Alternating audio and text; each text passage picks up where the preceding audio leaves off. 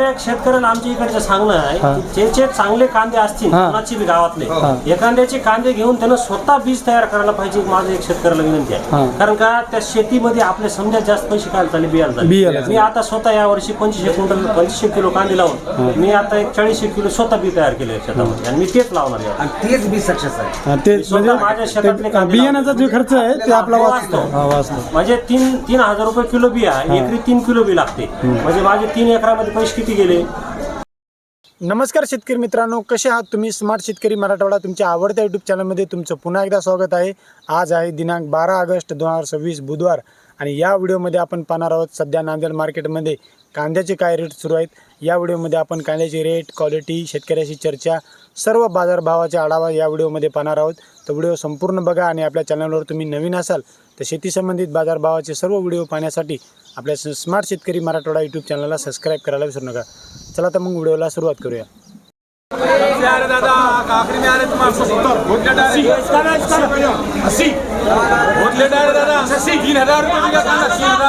मैं थोड़ा हल्दी मार्केट गया था, वो मार्केट बंद है इसलिए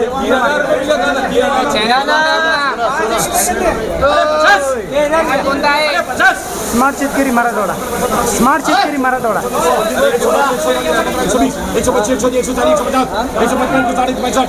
quality low, quality low, quality low.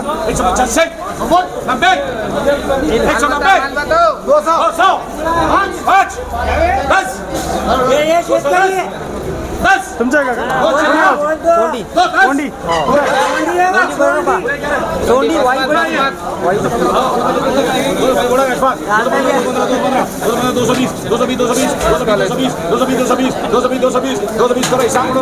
2200 चलो 22 रुपये किलो.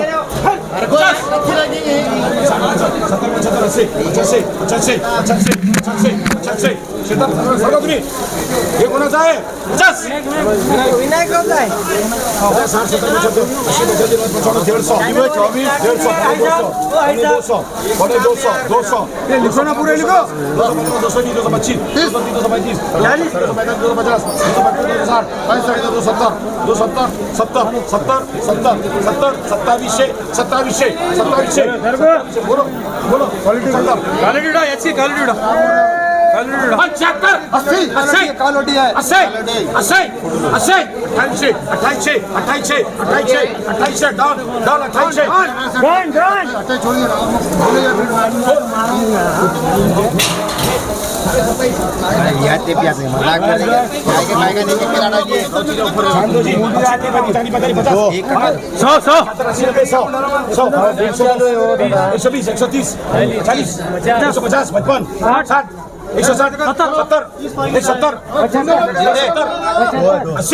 हाजी मामू 180 हाजी मामू 180 60 70 80 90 100 200 10 20 30 40 50 60 6 बना 260.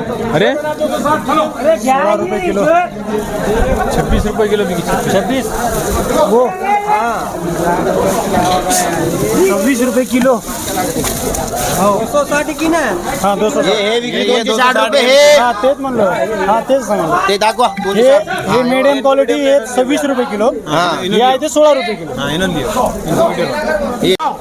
150 कोणाचा रे हे कोणाचा आहे कोणाचा आहे मेथी आले का 50 55 60 65 70 75 80 80 85 90 95 100 150 पौने 200 200 200 किलो 270 सरकतो रे तू जर आना रे वीडियो ने सरक नाही कर. अच्छे से आपके भी नहीं है 300 दूसरे के चले गए दादा शेतकरी तुमचं बघा. बोलो क्या बोला ये लो. चलो 50 50 60 काय भाव गेले. 25 रुपये किलो. 25 रुपये किलो. 70 75 80 85 90 95 100 150 150 150 200 200 5 10 15 20 220 30 35 40 50 60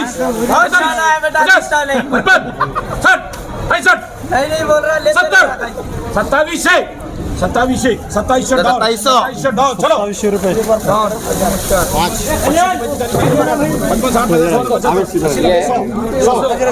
फुल व्हिडिओ आता 210 15 यूट्यूब चॅनल पे फुल व्हिडिओ आता इंस्टा पे रील आती है. क्या नाम है? 70 नहीं 70 70 तेरे है 270 2700 2700 2700 2700 2700 वाजिद मुखिया 2700 27 रुपये किलो.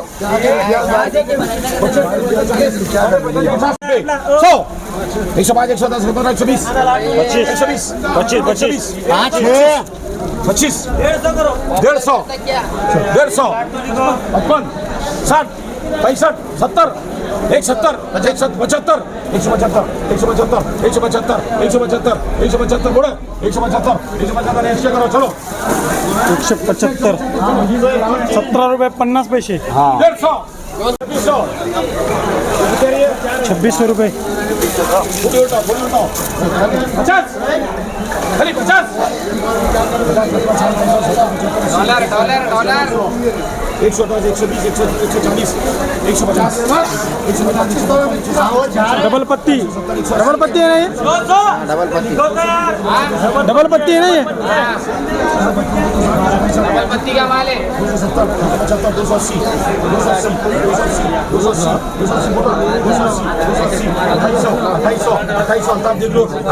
देख लो चलो 27 रुपये.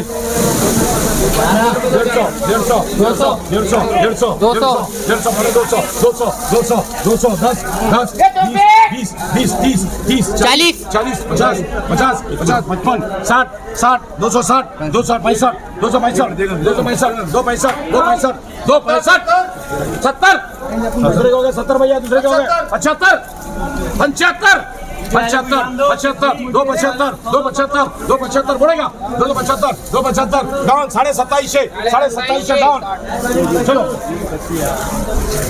35 40 245 50 55 60 क्वालिटी है. 60 65 70 70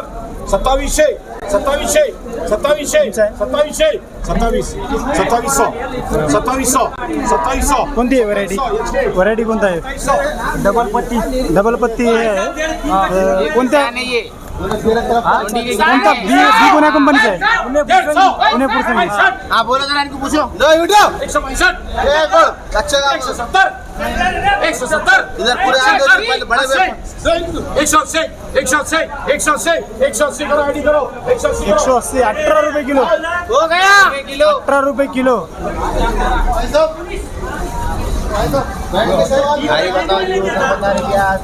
ये भी की बोलना. ये क्वालिटी आहे. बढिया. कोण्या गावची तुम्ही. चोंडी भैरोबा.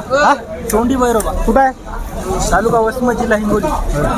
ये साहब है ते बड़े व्यापारी है इधर. ये हैदराबाद के व्यापारी. हैदराबाद.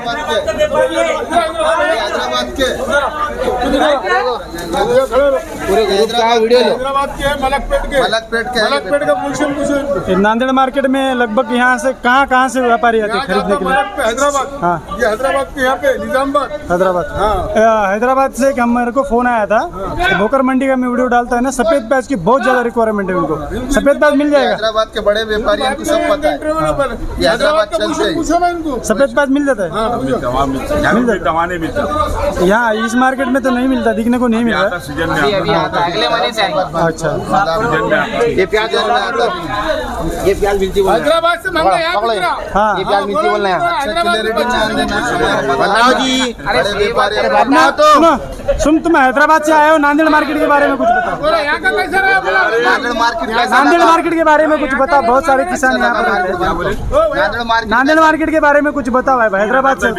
हाँ? अच्छा लगा मार्केट बोले 3000 तक. 3000 रुपये क्विंटल. लोकल आती है बोलना 30 रुपये किलो पूरा लोकल आता है. शेतकरी किसान लोगों का आता है यहाँ. हाँ हाँ अच्छा है मार्केट.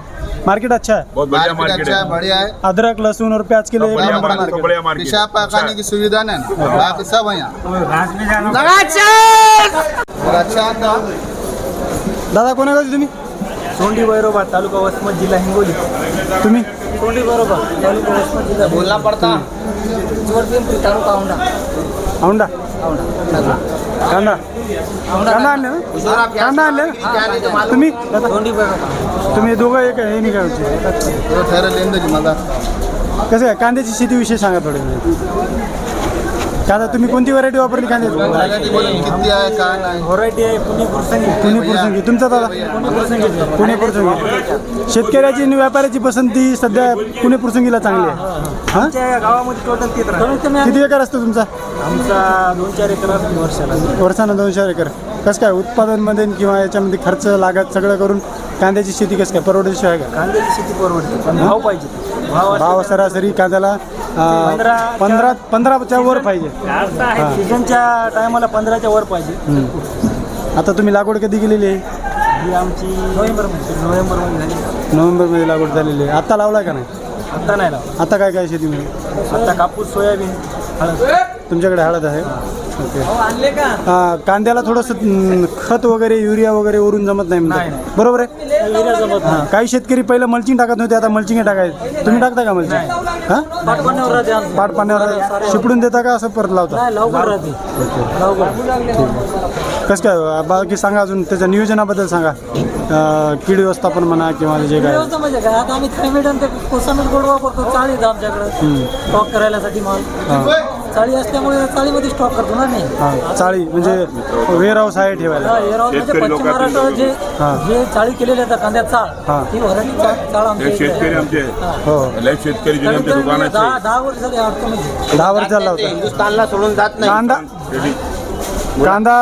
कांद्याची शेतीमध्ये स्टॉक असले तरच शेतकरी म्हणतात काही ठेवलं म्हणजे भाव कमी झाले तर ठेवायला जागा पाहिजे असं उन्हाळ्यामध्ये तर 8-7 रुपये भाव राहते त्याच्यामध्ये लागत नाही आता कुठेतरी जरासे भाव वाढले चांगले झाले भाव वाढले तर त्याच्यामध्ये हे पण पुरत नाहीत भाव. हां हे पण भाव पुरत नाहीत ठेवून आता हा ठेवून म्हणजे 2 टप्प्यामध्ये म्हणा काही शेतकरी 2 टप्प्यामध्ये 40% घटी 40% जवळपास. ओके हो वजनामध्ये थोडासा येईल ताजा काल खराब होणार, सड लागणार 40%. आता हे महिन्याखाली 15 दिसायले आधी तर तेच होतं ना.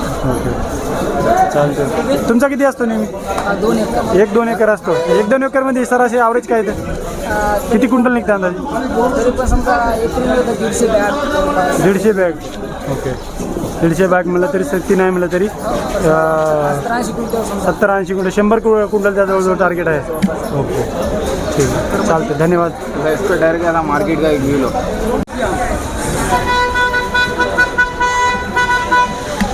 आज नांदेड़ मार्केट में क्या भाव मिला है ना पैच को आज नांदेड़ मार्केट में देखो सफ़ेद बिका है 20 रुपये किलो से 25 रुपये किलो तक और लाल में 1 नंबर क्वालिटी बिका है 27, 28 और उससे 1 नंबर बोले तो 30 रुपये किलो बिका है. 1 नंबर क्वालिटी 1 नंबर क्वालिटी का 30 रुपये केजी 30 रुपये 1 नंबर 30 रुपये किलो बिका है कांदा. हाँ और थोड़ा हल्के वाले मोटे चोपड़े बोले तो थोड़ा सिंगल पत्ती के वो 12 रुपये से 16 रुपये 17 रुपये तक बिका है. लेकिन आज का जो मार्केट था कल के मुकाबले में 3 रुपये टाइट था. कल जो है तो 27-28 बिका था आज जो है तो 3000 रुपये माल बिका है. अभी और हमको ऐसा लगता है कि बढ़ने की संभावना है. बोल नहीं पाएंगे लेकिन बढ़ेगा या कम होगा लेकिन हमको संभावना है बढ़ेंगे भाव ऐसा लग रहा है हमें. ये सफ़ेद क्या पड़ा दिन के बाद आया ये जो है तो नांदेड़ मंडी में बहुत कम चलता है. ये ज़्यादा चलता है तेलंगाना आंध्रा में लेकिन थोड़ा बहुत अपने पास कमीशन पे माल आ गया था. थोड़ा ये वाला माल बिका है 20 रुपये किलो और थोड़ा उससे अच्छे वाला ये माल बिका है 25 रुपये. ये सफ़ेद प्याज है 20 रुपये किलो ये वाला 20 रुपये किलो. ये और मीडियम क्वालिटी वाला 20 20 रुपये किलो और ये वाला बिका है 25 रुपये किलो. 25 रुपये किलो. एक नंबर माल था ये थोड़ा हल्का था बोल के 20 बिका और ये जो है तो 25 रुपये बिका. ये थोड़ी बड़ी साइज बढ़ने के चांसेस संभावना है. प्याज के रेट बढ़ेंगे गैस के रेट बढ़ने की संभावना है ऐसा हमें लग रहा है बाकी बता नहीं सकते लेकिन हमारे हिसाब से बढ़ेंगे 1-2 से 3 रुपये और मार्केट टाइट होगा. आज 3000 बिका है कल 3200 रुपये ऐसा बिकने के चांसेस रहेंगे. नांदेड़ मार्केट में आज प्याज 30 रुपये से हाईएस्ट 15 से 30 रुपये तक ठीक है और सफ़ेद प्याज गया है 20 रुपये 25 रुपये. काका कोण्या गावची हां मधरा कुठं आहे माळापूरच्या पुढे तालुका जिल्हा लोहा तालुका जिल्हा नांदेड. ओके कांदा आणले ना तुम्ही किती एकर कांदा होता 2 एकर होता. 2 एकर अंदाजे किती निघाला आता बघा 3-4 टेम्पो निघाले 3-4 टेम 200 क्विंटल अंदाजे. तुमचा काका 2 एकर होता ओके तुम्ही पाटील 3 एकर होता 3 एकर किती निघाला ॲव्हरेज? 250 100 एकरी. 100 एकरी 100 क्विंटल. कसं काय कांद्याची शेतीविषयी सांगा थोडं. चांगला आहे केल्यावर. कांदा आमच्याकडे फुकून टाकतात, लावायला पाहिजे. लावल्यावर 200 क्विंटल होतो. म्हणजे आम्ही शिकून टाकतो डायरेक्ट. हां तर लावला तर 200 क्विंटल होतो एकरी. एकरी 200 क्विंटल म्हणजे शिपण्यापेक्षा ॲव्हरेज चांगलं लावल्याने. लावायलाच पाहिजे. हां रोप टाकून रोप तयार करून हां. मग कांदा लावायला पाहिजे. मडी वाप्यामध्ये रोप तयार करून आपण जर लावली तर 100% उत्पन्नात वाढवते. ओके. बाकी काही शेतकरी आता सुधारित शेतीमध्ये काय ते कांद्याची क्वालिटी चांगली मेंटेन राहते म्हणून मल्चिंग टाकायला लागले. तुम्ही मल्चिंग वापरता की आम्ही असं नाही वापरलं. असं बेडवर लावितच नाही. बेडवर लावता की लावतो तो मल्चिंग. पट्टी ओढून आम्ही डायरेक्ट टाकतो. हा सरी वापा म्हणून त्याच्यामध्ये आपण गव्हासारखी एक सरी हा पट्टी हा त्याच्यामध्ये बिल आपलं रोप लावल्यानंतर लावा लावायचंच नाही, डायरेक्ट तसंच आम्ही कांदा. तुम्ही तसं करता पण लावल्यानंतर उत्पन्न वाढतं. पण जास्त येतं. ओके. कांद्या शेतीविषयी अजून काही माहिती सांगा चांगली. बी कोणतं वापरता तुम्ही कांद्याला? ही पंचगंगा आंबर. पंचगंगामध्ये कोणतं? पंचगंगा. ओके. दुसरं आंबरचं अंबर. प्रशांत. ओके. चांगली व्हरायटी. बाकी रोगाला किडीला काही व्यवस्थापन सांगा. येतच ते थोडंसं फवारणी करावं, बुरशीनाशक औषध फवारणी. ओके. म्हणजे कांद्याला जास्ती तर मला तर कोणता रोग येतो कांद्याला जास्ती? बरं ठीक आहे. बुरशीनाशक 5 जळती समजा. ओके. 5 जळते शेंडे येते. ओके. बाकी की नांदेड मार्केट विषयी सांगा. नांदेड मार्केट विषयी काय तिथे 8 रुपये हमाली घेते. ते हमाली दुसरीकडे नाही. 8 रुपये म्हणजे कसं? नांदेडलाच आहे आपल्या. हे कशासाठी आहे बा? याच्यावर थोडंसं हे करायला पाहिजे. 8 रुपये म्हणजे कसं क्विंटल मागे? नाही 100ला 8 रुपये. 100 रुपये 8 रुपये रुपये घेते. हमाली. हा. ओके. हमाली नाही त्याची ते कटी कमिशन आडत हमाली काम करतात. ओके. बाकी पोत्याला तर काय कठीण आहे ना? पोत्याला कठीण आहे. म्हणजे आता तुम्ही किती पोते आणले? 51 पोते आणले. 51 पोत्याचं जेवढं वजन झालं तेवढं वजन करून त्याचे जे पैसे होते शेकड्याला 8 रुपये. शेकड्याला 8 रुपये कट. असं काय वाटतं तुम्हाला त्याच्याविषयी संबोध? एक रुपये बंद व्हायला पाहिजे बा असं माझं मत आहे. ओके. तुमचं का बरोबर आहे? आमचं एकच हो. आता कुठले आता हे हळदीमध्ये झालं, कांद्यामध्ये झालं, शेतकऱ्यांना या पैशामध्ये 2% 3% जे आहे शासनाचा आदेश नाही ना असा. हां. आणि आता कुठे कांद्याला भाव आले चांगले? हा आता बरे झाले जरा. 26 रुपये विकला. भाव देवा. तुमचा काय? ते आपण म्हणून होणार नाही ते. आता तुमचा काय भाव गेला? 26 रुपये. 26 रुपये गेला. हायेस्ट 30 रुपये गेला आहे ना. डबल पत्ती कांदा ना तुमचं? काय ते? हो डबल पत्ती. ओके. काय साठवणीसाठी काय वेअरहाऊस वगैरे? नाही आपलं चाळ कांदा चाळ. हां कांदा चाळ तेच पॅक हाऊसमध्ये. बांबूची आहे आपली. हां. ओके. तुम्ही काय आणलं दादा? कांदा. ओके. कोण्या गावचे तुम्ही? हां. ओके. तुम्ही कोणतं बीज वापरले कांद्याचं? पंचगंगा. ओके. पुणे पुरसुंगी पंचगंगा तेच ना? ओके. तुम्ही दादा? हां कांदे घेऊन आलो गाडी. घेऊन आले बरोबर. ओके. ठीक आहे. तुम्ही काय कांदे आणले? कांदा उत्पादक शेतकरी म्हणजे आता आपण डेली मी मार्केटचे भाव टाकतो. आता कांदा मार्केटला मी बघा बरेच दिवस झाले आलो नाही, कारण शेतीतलं काम राहते आपल्याला बी. थोडं रिकाम पण भेटलं की जसं आपण एकटाच आहे, शेती 7-8 एकर जमीन आहे. हां. म्हणजे आपण पिकवताना एवढं लक्ष देता, विकताना का लक्ष देऊन शेतकऱ्यांना मार्केटचा भाव कळला तर तुम्हाला घर बसल्या मार्केटचा भाव अंदाजा लागते. त्यासाठी आपण हे डेली मी हळद, तूर, सोयाबीन, कांदा, लसूण, अद्रक सगळ्याचे टाकतो. जेवढे माझ्या जवळजवळचे मार्केट आहे तेवढे. आता खूप सारे शेतकरी म्हणतात बांधावर यान करा. आता आपल्याच वेळ भेटत नाही तेवढ्याच्यामुळे. 4 वर्ष झाला भाव नव्हता, यंदा हां. हे 4 वर्षाला भाव आला तरी एक बार न्यूज आले तरी उठून पडतात की कांद्याला भाव आला आता. हां कांद्याला भाव आला आता, खायला परवडणार नाही असं तसं. कुठे जाऊन शेवटला 4 वर्षाला कुठेतरी शेतकऱ्याची लागत निघते. आम्ही फेकून दिले कांदे. खर्च होता आणि 50,000 रुपये झाले आमचे मागच्या वर्षी. 1.5 लाख रुपये नुकसान आहे. कांदा खाणाऱ्याचा पैसे द्यायला पाहिजे. आणि लागवडीसाठी लय खर्च लागतो, कारण माणसाचं पाठबळ लागतं ना त्यांना, मजुराची. 40 वर गेला, टाकून दिलेला, मग पुसून वाळून मग आणला ती शिकला. तेव्हा शपथ नाही. मी जसं मार्केटमध्ये येतोय ना, जसं मार्केटला नांदेडला आलोय, 2 रुपयापासून भावले पाहिलेत मी. मागून पुसून वाळून 30, 28, 25 तीच कंडिशन होणार. हां. पहिल्या वेळेस होतं ना, मी पहिल्या वेळेस व्हिडिओ केलेत, युट्यूबला टाकलेत. 2 रुपये ते 2.5 रुपये जाऊ लागला सुरुवातीला. काही शेतकऱ्यांनी 2 टप्प्यात 3 टप्प्यात विकल्यात ना, त्यांचा थोडाफार फायदा झाला. काही शेतकऱ्यांना 2 रुपये भाव भेटला, तर नंतर 20 रुपये 25 रुपये पण भेटला. वास नाही घेता हात वास घाण ते 17 ग्लास म्हणजे 4 कट्टी होती. साठवणीसाठी काय राहिलं तर ठीक आहे, नसतं कांद्याचं खूप अवघड आहे, कारण नाश होतो ना कांदा. एक कांदा नसला की दुसरा कांदा लगेच नाश होतो. त्याचा जास्त फायदा देतो. 40 रुपये जरी विकला सरसकट आणि त्या वंगल्यालाच गिराईक जास्त आहे. मुरकड आहे ते कशाला चालत. हाटीला चालतं ते. राम राम दादा, कोण्या गावचे तुम्ही? मधुरे सांगली तालुका लोहा जिल्हा नांदेड. काय कांदा आणले मार्केटमध्ये? हा कांदा किती एकर होता? 2.25 एकर होता. 2.25 एकर. आता काय काय शेतीमध्ये? आता कापूस आणि हळद. कांद्यामध्ये कोणती व्हरायटी वापरली तुम्ही? कांद्यामध्ये पंचगंगाच वापरतात आमच्या इकडे जास्त, आम्ही थोडीशी वेगळी वापरली होती गोदावरीची. गोदावरी. ओके. कसं काय, चांगली व्हरायटी? मीडियम आहे, तेवढी काही चांगली नाही, तेवढे काही मला वाईट बी अनुभव आला. म्हणजे व्हरायटी का विचारतो पाटील? कारण व्यापाऱ्याची शेतकऱ्याची व्हरायटीला पसंती आली, ते व्हरायटी कधी शेतकरी काय करतात?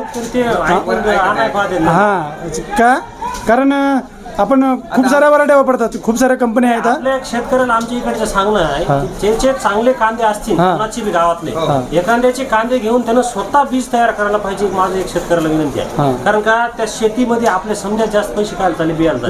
मी आता स्वतः या वर्षी 25 किलो कांदे लावून मी आता एक 40 किलो स्वतः बी तयार केले शेतामध्ये, आणि मी तेच लावणार आहे. आणि तेच बी सक्सेस आहे. तेच माझ्या शेतातले बियाण्याचा जो खर्च आहे ते आपला वाचतो. म्हणजे 3,000 रुपये किलो बिया, एकरी 3 किलो बी लागते. म्हणजे माझे 3 एकरामध्ये पैसे किती गेले? 27,000 रुपये माझा आता आज नगदी बेनिफिट. 10% वर खर्च तसाच आहे बियाण्याचा. प्रत्येक शेतकऱ्यानं जरी 10 किलो जरी कांदे लावले, 10-20 किलो, तरी त्याचं स्वतःचं भागून जाते. आणि असते ना आणि असं ना तर ते असा काही कोणताच कांदा आहे ना, ते मार्केटमध्ये जाते, ज्याचा चांगला कांदा आहे ते बघून नेऊन शेतकऱ्याला लावायला कांदा देतात. असं काहीच नाही. काही शेतकरी स्पेशल ते बी हे करून कांदे फुटर, कोणते कांदे म्हणतात त्याला? त्याचं एक बोट कांदे हे करून त्याचं बी करतात आणि त्याला बोंड घेऊन वाळून त्याचं बी तयार 40 किलो बी तयार केलेलं माझं स्वतः घरी केले घरचे कांदे काढून. आता मला स्वतःला 20 किलो बी लागणार आहे. म्हणजे 20 किलोचे माझा आजचा खर्च वाचला. आणि ते किती? 8 गुंठ्यामध्येच बी तयार केले. 8 गुंठ्यामध्ये. 8 बी नाही, 5 गुंठे. 5 गुंठे कांदे लावले फक्त. आज त्याला जवळपास 50,000 रुपये बियावर खर्च होतो. 100%. कमीत कमी. आणि माझं 40 किलो म्हणजे माझं लावून माझ्या त्याच्यात 5,000 रुपये होणार आहे. होणार. म्हणजे ते जेवढा खर्च आलाय ते तयार करायला तेवढे तर पैसे ऑलरेडी वाढले. तुम्ही आता सध्या हळद किती आहे तुमची? हळद 1 एकर आहे सध्या. आता सध्या तुम्ही सोशल मीडियावर बघितले असाल, उघडलं की हळद किंवा कापसाचं किंवा कशाचं नाही तर हुमणी अळीचे म्हणा किंवा मॅक्रोन्यूट्रियन म्हणा, काहीतरी डेली आता सोशल मीडियावर एक व्हिडिओ होत नाही. कोणी प्रमोशन करते, कोणी कंपनीचं सांगते, कोणी हे टाका म्हणते, ते टाका म्हणते. पण आता सध्या शेतकऱ्याकडून माहिती द्यायच्यासाठी आता तुम्ही हळदीला हुमणीसाठी काय वापरलं? हुमणीसाठी मेटाराजी, मोर्टे, सेलेमानी, बिवेरिया. मेटाराजी म्हणजे जैविक मध्येच काम करायचं. कारण रासायनिकचं काय रिझल्ट 8 ते 15 दिवसासाठी राहतात, पण जैविकचे रिझल्ट लॉंग टर्म मध्ये राहणार आहे तोपर्यंत त्याचे रिझल्ट चालू राहतात. लॉंग टर्म मध्ये, कारण शेती त्याला डेव्हलप करते. आणि बोला तुम्ही. आता तुम्ही बघितले असेल, आता एक औषध थाला जे म्हणतात थायमॅथॉक्झम आणि लॅम्बडा सॅल्युथ्रिन आहे, ते आता थाला म्हणून शेतकरी एवढे एक आहेत, त्याचा इतका प्रचार जोरात चालू आहे. त्या शेतकऱ्यांना माहिती आहे की थाला म्हणजेच अलिका आहे, जे सिजंटा कंपनीचं. येथे खूप साऱ्या कंपनीज आहेत ते, पण आता त्याचे फायदे पण तेवढे आहेत. काही शेतकरी म्हणतात नुकसान आहे तेवढेच आहे. मला सांगू का, थाला जर जमिनीत वापरलं तुम्हाला तात्काळ रिझल्ट आहे, पण लॉंग टर्म तुमचं नुकसान आहे. ज्यावेळेस हळद जास्त दिवस राहील, एक मुळाची वाढ, तुमची ग्रोथ लगेच खतम होणार आहे, आणि तुम्हाला जे अपेक्षित उत्पादन आहे ते थालामुळं तुमचे कीटक रोग मरणार आहे. पण तात्काळच रिझल्ट आहे, ते लॉंग टर्म त्याचा रिझल्ट काही राहणार नाही. आणि तुमचं 1 वर्षासाठी तुम्ही जमिनीत माती घालणार ना, त्याच्यामध्ये लांबडा सायलोथ्रिन असल्यामुळे कोणत्या इन्सेक्टिसाइड आहे म्हणजे तेवढं भारी इन्सेक्टिसाइड तुमचे गांडूळ तिथे जीवन राहणार का? नाही. तुमच्या उन्नी बरोबर गांडूळाला त्रास होणार आहे. मित्र जीव जर त्याच्यात राहणार गेला तर ऑटोमॅटिकच तुमचं उत्पादन घसरणार आहे. शेतकऱ्यांना एक सांगायचं पर्याय आहे, जैविक मध्ये एक जैविकचे जैविक मध्ये स्थैर्य आहे तुम्हाला 1 नंबर आहे. आणि जैविक मध्ये स्थैर्य आहे. जैविक जेवढं जाचाल तुम्ही, तुम्हाला उत्पादनही वाढणार आहे. गेल्या वर्षी सर माझा 27 गुंठे हळद होती. 27 गुंठ्यामध्ये 34 क्विंटल शिजून माल झालाय माझा. ओके 27 गुंठ्यात 60 क्विंटल बेना एकूण 17 क्विंटल माल विकलाय मी 27 गुंठ्यातला. म्हणजे एकरी जर आज पकडलं तर आपलं 50 क्विंटल ॲव्हरेज गेले. आता हळदीच्या शेतीमध्ये काही शेतकरी आता पहिला डोस झालेला आहे पहिला शेतकऱ्याचा, झाला. दुसऱ्या डोसाची तयारी करतात. त्याच्यामध्ये सर्वात जास्त हळदीच्या उत्पन्नामध्ये वाढ करण्यासाठी सर्वात महत्वाचं आहे फुटवे वाढ.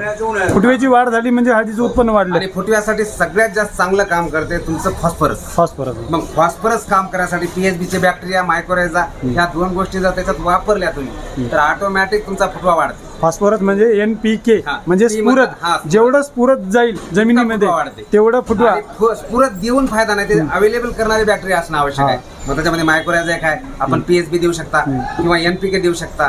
त्या 2-3 गोष्टी. आणि जर तुम्हाला लिक्विडच वापरायचं तर 12 एकड़ देऊ शकता, 0.34 देऊ शकता खतामध्ये. पण आम्ही खतावर जात नाही, आम्ही सरळ दाणेदार खत वापरता आणि डायरेक्ट ही बॅक्टेरिया टाकून देतात जमिनीमध्ये. ओके म्हणजे अपटेक पण होऊन जाईल. मुळाची वाढ झाली म्हणजे अपटेक 100% ऑटोमॅटिक होते. मुळाची वाढीसाठी आपण मायक्रोरायझा वापरला. मायक्रोरायझा एक तर कुठून बी अन्न वळायची ताकद राहते. म्हणजे वावरात तुमच्या कुठेही खत पडू द्या, ते खत शिल्लक राहत नाही. तुमच्यासारख्याच माझ्या एक शेतकऱ्यांना प्रश्न सांगणं आहे, जेवढं जमिनीची सुपीकता जेवढी टिकून राहील तेवढी, आणि तुम्ही मुळाला आणि पानाला जर झोपलं तर तो उत्पन्न कुठेही हलणार ऑटोमॅटिक उत्पन्न नाही. येते. तुम्ही एखाद्या वेळेस गावात चक्कर मारा, आपले प्लॉट बघा, म्हणजे ते बघण्यासारखेच असतात. तुमचे कोण्या गावचे तुम्ही? मजे सांगली, तालुका लोहा, जिल्हा नांदेड, म्हणजे यांच्याच गावचा. ओके. आणि आता सध्या हुमणीचं झालं आपलं, पहिला डोस झाला.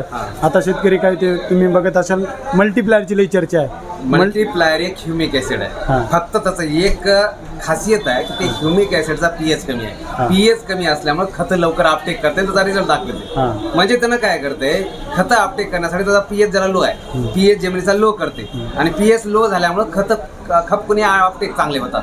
त्याच्यामुळे मल्टीप्लायरचे रिझल्ट लवकर दाखवते. पण मल्टीप्लायर हे काही कायमचं नाही, तुमचं 1 महिन्यापर्यंत रिझल्ट दाखवते. पण मल्टीप्लायरचे मी काही पॉझिटिव्ह आणि निगेटिव्ह दोन्ही दोन्ही बी पाहिले. का सांगू, कारण मी कमेंट मध्ये शेतकऱ्यांचे पाहिले, तो वापरू नका, फसवणूक आहे. ह्युमिक ऍसिड आहे. हुमिक ऍसिड आहे 800 रुपये किलो. कोण्याही कंपनीचं, एक नंबर कंपनीचं हुमिक तुम्हाला अवेलेबल कोण्याही मार्केटमध्ये भेटून जाईल. ती काही नाही, आपल्याला कंपनीचा येतो त्याचं, ती काम करते, करत नाही अशातली गोष्ट नाही. पण पेमेंट त्याचं जास्त आहे. ऐका की मी स्वतः काल मार्केटमध्ये गेलोय आणि जनरल एखाद्या दुकानदाराला मी म्हणलं मल्टीप्लायर द्या, तर त्यांनी मला मल्टीप्लायर दिले आणि त्याचं बिल दिलं नाही. तर मी म्हणलं का, तुम्ही नोटीस केलं असेल, बिल दिलं नाही. तर मी म्हणलं आता माझी स्वतःची हळद आहे, काही शेतकऱ्याची बटावदाराची हळद असते. बटावदाराच्या हळदीची शेतकऱ्यांना त्यांना हिसाब तर द्यावा लागेल.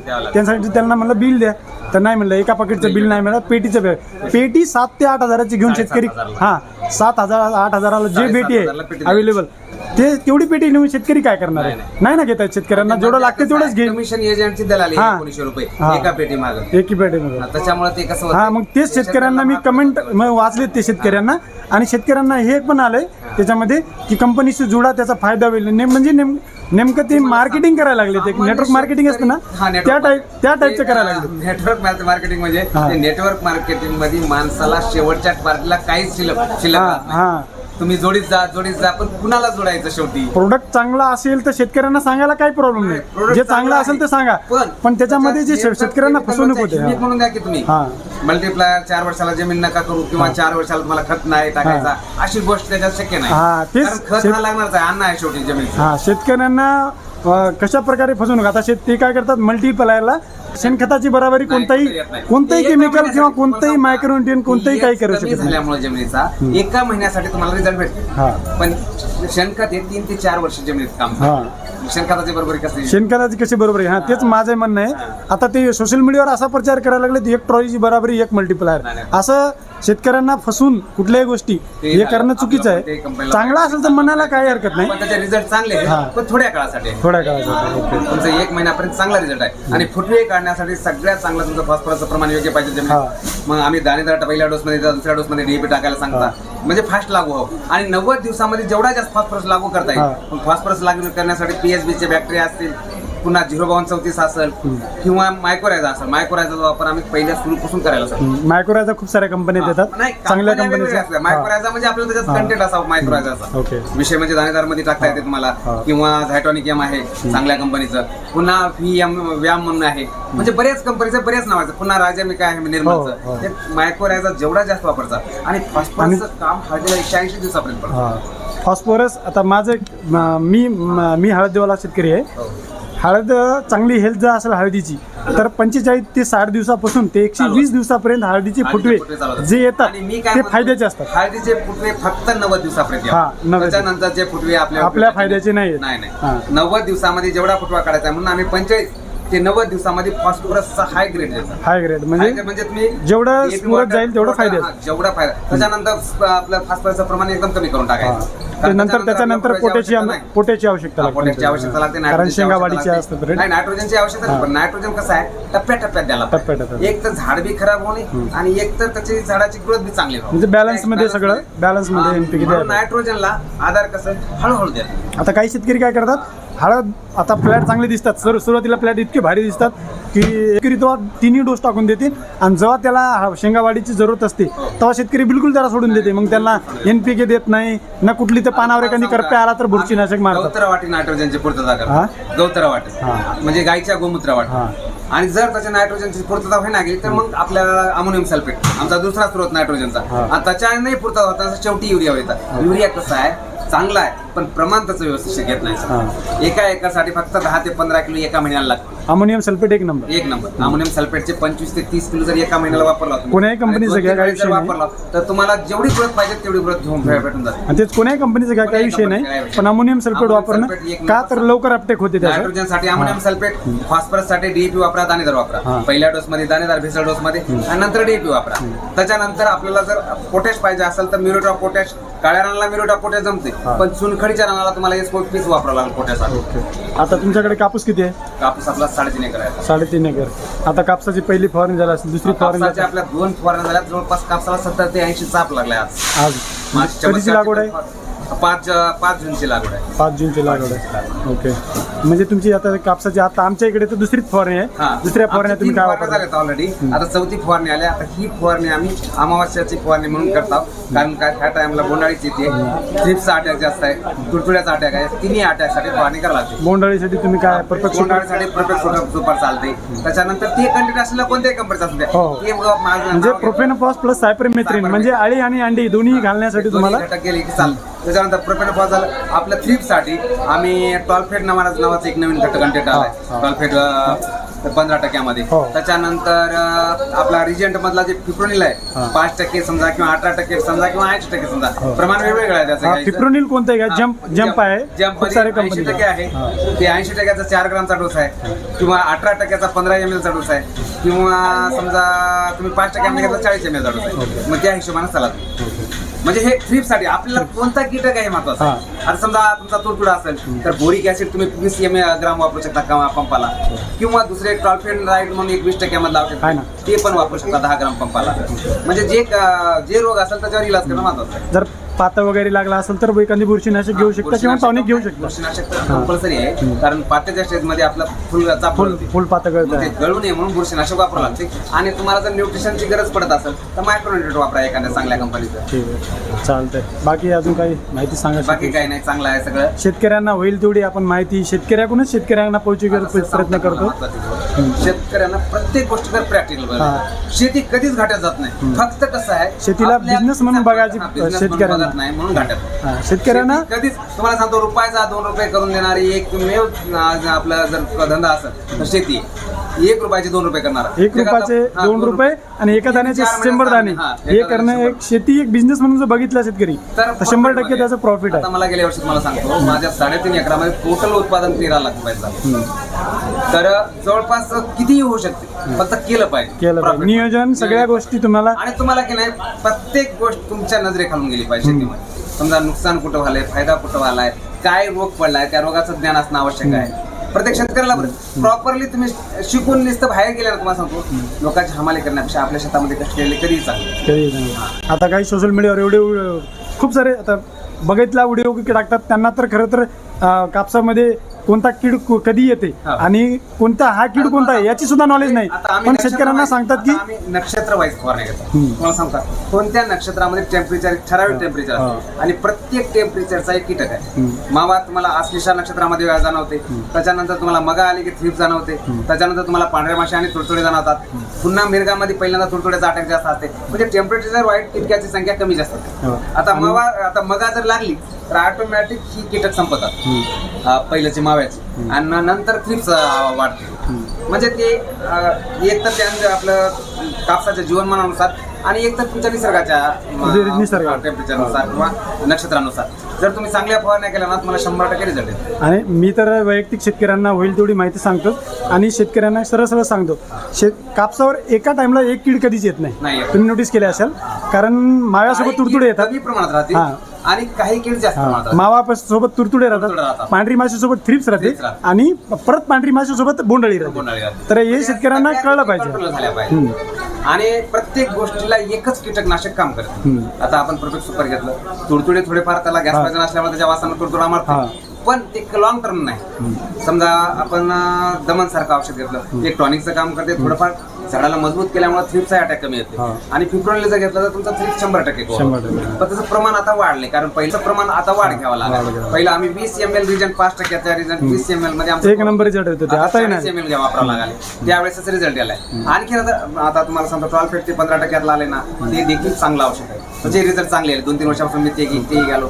त्याच्यानंतर पहिलं आशाटाप होतं, त्याचे रिझल्ट चांगले होते तुडतुड्यासाठी किंवा वेगवेगळ्या किडीसाठी. आता आसिटामाप्राइडचा डोस वाढलाय, 10 ग्रामचा शेतकरी 15 ग्राम नाही ते आता किडीमध्ये रेसिस्टंट वाढले ना, त्याच्यामध्ये रेसिडेंट वाढले. आता 10 ग्रामचा रिझल्ट आपलं 10 ग्राम मारलं ना रोग नाही ना रोग रिझल्ट यायला जाईल. शेतकऱ्यांना आपण एकराची 5 ग्रामची पुडी टाकत होतो, तिथं आपल्याला 10 ग्रामची पुडी वापरावं लागली.